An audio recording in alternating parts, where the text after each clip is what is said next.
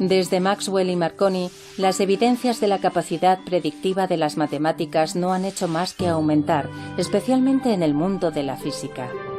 Hace prácticamente 100 años no sabíamos que existían los átomos. Se necesitaron muchos experimentos para descubrir sus componentes, el electrón, el protón y el neutrón.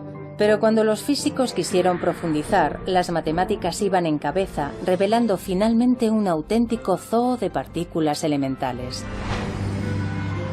Descubrimientos que hoy continúan en el CERN, la Organización Europea para la Investigación Nuclear, en Ginebra, Suiza. Actualmente es más conocido por su gran colisionador de hadrones, un acelerador de partículas circular de 27 kilómetros construido bajo tierra. Este proyecto de 10.000 millones de dólares tiene un objetivo bien conocido: encontrar uno de los bloques constructivos fundamentales del universo. Una partícula subatómica cuya existencia predijeron matemáticamente hace casi 50 años Robert Brout y François Englert en Bélgica y Peter Higgs en Escocia. Peter Higgs reunió las ecuaciones de la física más avanzadas que teníamos y tras muchos cálculos se dijo: si construimos una máquina lo bastante sofisticada como para hacer que las partículas choquen entre sí a una velocidad próxima a la de la luz, descubriremos una nueva partícula. El descubrimiento de la partícula de Higgs sería la prueba del campo de Higgs, una melaza cósmica que es el material de la masa de nuestro mundo, lo que habitualmente experimentamos como peso. Sin masa, todo viajaría a la velocidad de la luz y nunca se combinaría formando átomos.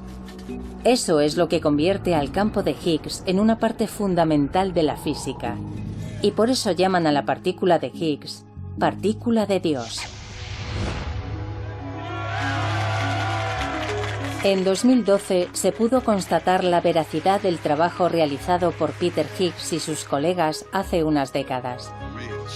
Los experimentos del CERN confirmaron la existencia de la partícula de Higgs. Lo construimos, funcionó y viajamos gratis a Estocolmo.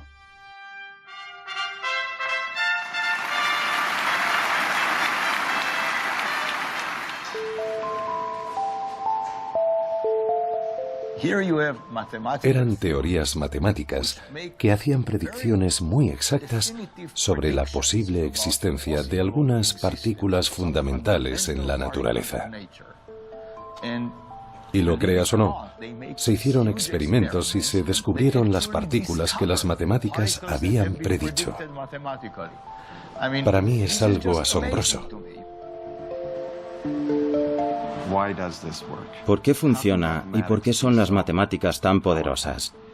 ¿Son una verdad de la naturaleza o tienen algo que ver con la forma en la que nosotros, los seres humanos, percibimos la naturaleza? Para mí es un rompecabezas fascinante. Yo no conozco la respuesta. En la física, las matemáticas tienen un amplio historial de éxitos. ¿Pero son irrazonablemente efectivas? No todo el mundo piensa igual. En mi opinión es una ilusión. Creo que lo que ha pasado es que han optado por construir la física usando las matemáticas que se habían practicado y desarrollado históricamente. Luego lo miran todo y eligen algo que se puede estudiar usando las matemáticas que conocemos. Pero en realidad hay un vasto océano de otras cosas que son realmente inaccesibles para esos métodos. Con el éxito de los modelos matemáticos en la física, es fácil ignorar cuándo no funcionan tan bien, como por ejemplo, en la predicción del tiempo. Hay una razón por la que los meteorólogos predicen el tiempo para la siguiente semana, pero no mucho más allá. En predicciones más a largo plazo, los pequeños errores se convierten en grandes errores. La previsión diaria es demasiado compleja y caótica para obtener modelos precisos, y no es la única.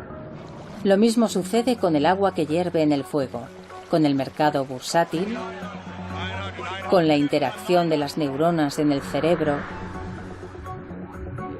con gran parte de la psicología humana y en muchas partes de la biología. Los sistemas biológicos y los económicos resultan difíciles de estudiar con las matemáticas. Tenemos muchas dificultades para hacerlo.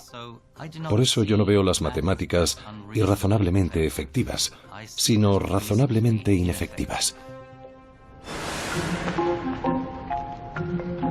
Quizá nadie sea más consciente del poder y de las limitaciones de las matemáticas que quienes las usan para diseñar y construir cosas, los ingenieros. Mira esas ruedas. En su trabajo, la elegancia de las matemáticas choca con el desorden de la realidad y con la funcionalidad que rige el día a día. Las matemáticas, y quizás los matemáticos, operan en el dominio del absoluto, y los ingenieros viven en el dominio de lo relativo. Fundamentalmente nos interesa lo práctico. Y por eso, con frecuencia hacemos aproximaciones, tomamos atajos. Nosotros ignoramos términos y ecuaciones para hacer cosas que son lo bastante simples para alcanzar nuestros objetivos. Muchos de los grandes logros de la ingeniería fueron construidos usando atajos matemáticos. Ecuaciones simplificadas que ofrecían una respuesta aproximada, es decir, sacrificando la precisión por la funcionalidad. Y para los ingenieros, aproximada ya es mucho. Basta para llevarte a Marte.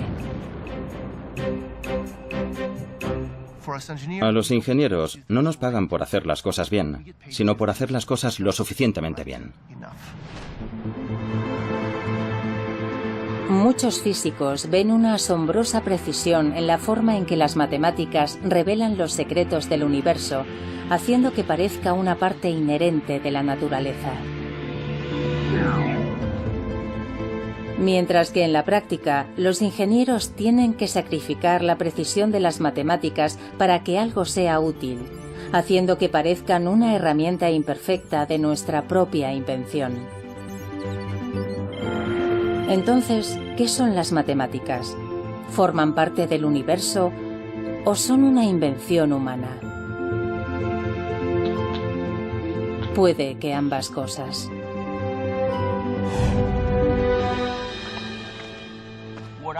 Para mí, las matemáticas son una intrincada combinación de invenciones y descubrimientos. Fijémonos en algo como los números naturales, 1, 2, 3, 4, 5, etc. Yo creo que lo que pasó es que la gente observaba muchas cosas y veían, por ejemplo, que había 2 ojos, 2 pechos, 2 manos y demás. Y tras algún tiempo, de todo eso abstrajeron el número 2. Según Mario, 2 se convirtió en un concepto inventado, como el resto de los números naturales. Pero después la gente descubrió que esos números tenían todo tipo de intrincadas relaciones.